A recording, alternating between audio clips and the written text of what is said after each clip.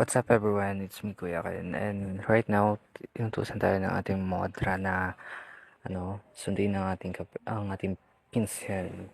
Right now naglalakad tayo papunta sa may simbahan yan.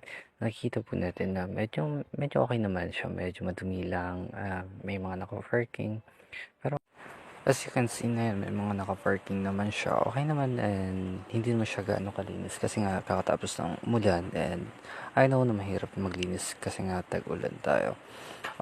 Pasensya na lang guys kung medyo magulo-gulo ang aking camera. And now, nandito na tayo sa may school.